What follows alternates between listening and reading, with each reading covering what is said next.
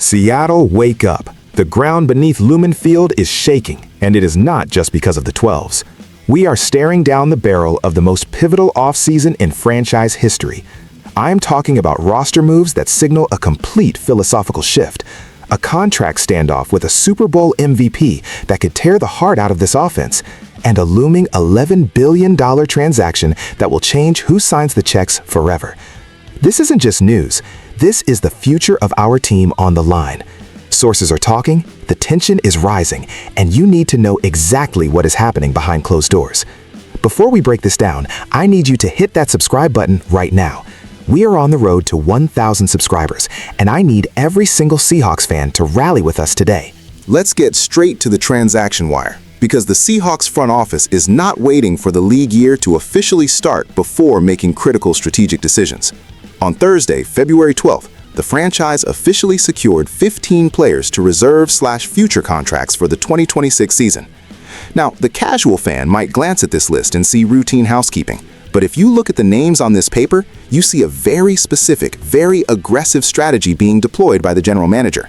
Among these 15 names are veterans with serious NFL mileage, specifically running back Cam Akers and the hybrid weapon Velus Jones Jr.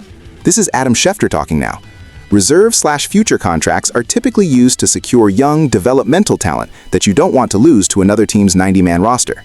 However, signing a player like Cam Akers, a guy who has been a starter, a guy who has playoff experience, a guy who has battled back from significant injuries, signals something much deeper about the state of the Seahawks backfield. Now let me switch gears and tell you what this really means, Stephen A. Smith style. This is an insurance policy. This is the Seattle Seahawks looking at their roster and admitting they are terrified of their lack of depth. You do not sign Cam Akers in February unless you are worried about who is going to carry the rock in September. We saw what happened last season. We saw the attrition. The NFL is a war of attrition, and Seattle is stockpiling ammunition. Cam Akers is a fighter, but his presence here tells me the Seahawks are not comfortable. And Velus Jones Jr., a player who has struggled with ball security but has electric speed, that is a low-risk, high-reward gamble that screams desperation for playmakers. The front office is looking at the landscape and saying, we cannot afford to be thin. They are locking these guys up now because they know the free agency market is going to be brutal. They are saving cap space by banking on these veterans to resurrect their careers in our system. It is a smart move, yes, but it is also a telling move. It tells me that the coaching staff wants competition from day one of OTAs. They don't want rookies learning the ropes. They want veterans fighting for their livelihoods. This list of 15 players is not just the bottom of the roster. It is the foundation of the offseason competition. If these guys can push the starters, the team gets better. But make no mistake, the signing of multiple running backs and hybrid players is a direct signal that the offensive philosophy is going to rely heavily on the ground game and versatility, and they need bodies that can withstand the punishment of a 17-game season. This is step one of the master plan. If you want to understand the chess moves before they happen, and you want the raw, unfiltered truth about this team that the mainstream media is too afraid to tell you, you need to subscribe right now. Join the community. Now we move from depth pieces to the absolute crown jewel of this franchise. And I need you to listen closely because this situation is reaching a boiling point. We are talking about Kenneth Walker III, the engine of this offense, and frankly, the reason this team has any championship aspirations. Reports surfacing Wednesday indicate that it is highly unlikely, insider language for it is not going to happen, that the Seahawks allow Walker to leave the building. But here is the complication. The leverage has shifted dramatically. With the reported injury concerns surrounding Zach Charbonnet, the Seahawks have lost their safety net. They cannot simply let Walker walk away, and Walker's camp knows it. The expectation right now is that Seattle will either slap the franchise tag on him or, more likely, attempt to hammer out a massive long-term extension. Let's look at the facts. Kenneth Walker III is coming off a run where he was named the Super Bowl MVP. Do you understand what that means? You do not let a Super Bowl MVP walk out the door. It would be blasphemous. It would be negligence of the highest order. If the Seahawks front office thinks they can play hardball with a player of this caliber, they are out of their minds. Kenneth Walker III is not just a running back. He is the identity of this city. He runs with violence, he runs with passion, and he delivers when the lights are brightest. The franchise tag is a tool teams use to control costs, but using it on a Super Bowl MVP? That is an insult. That is telling the man who brought you glory that you do not trust him long term.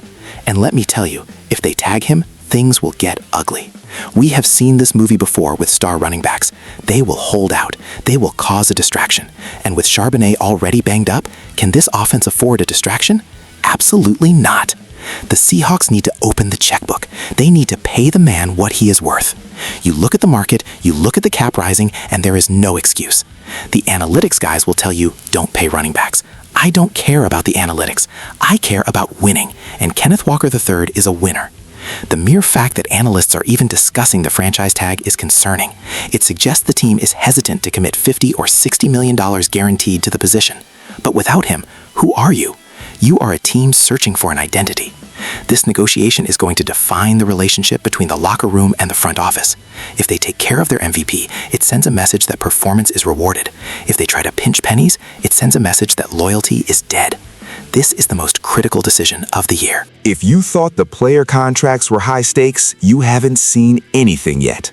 We are talking about a seismic shift that will shake the National Football League to its core.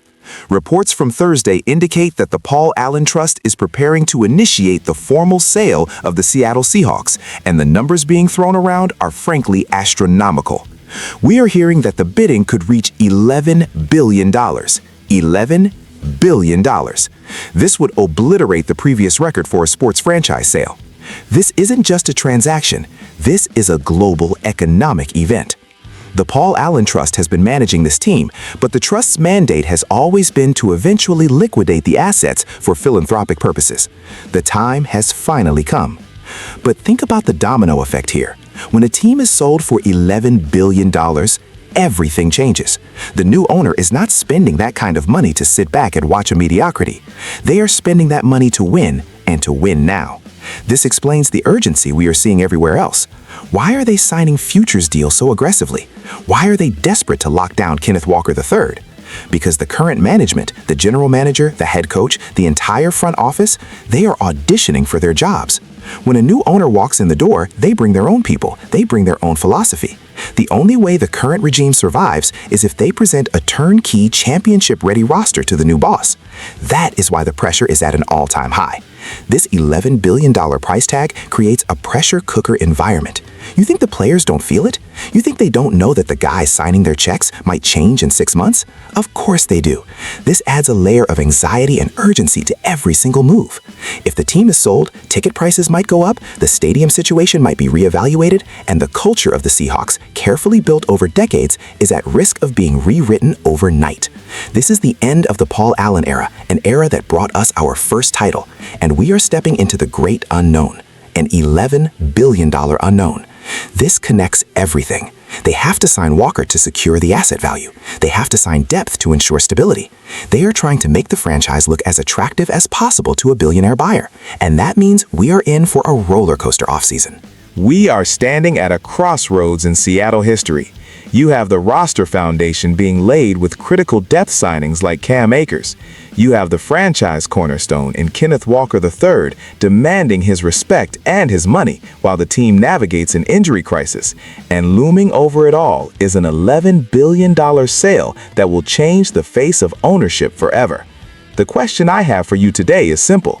With a new owner coming in, is paying Kenneth Walker III a record-breaking contract the right move to secure the franchise's value, or is it a financial trap that will handicap the new regime?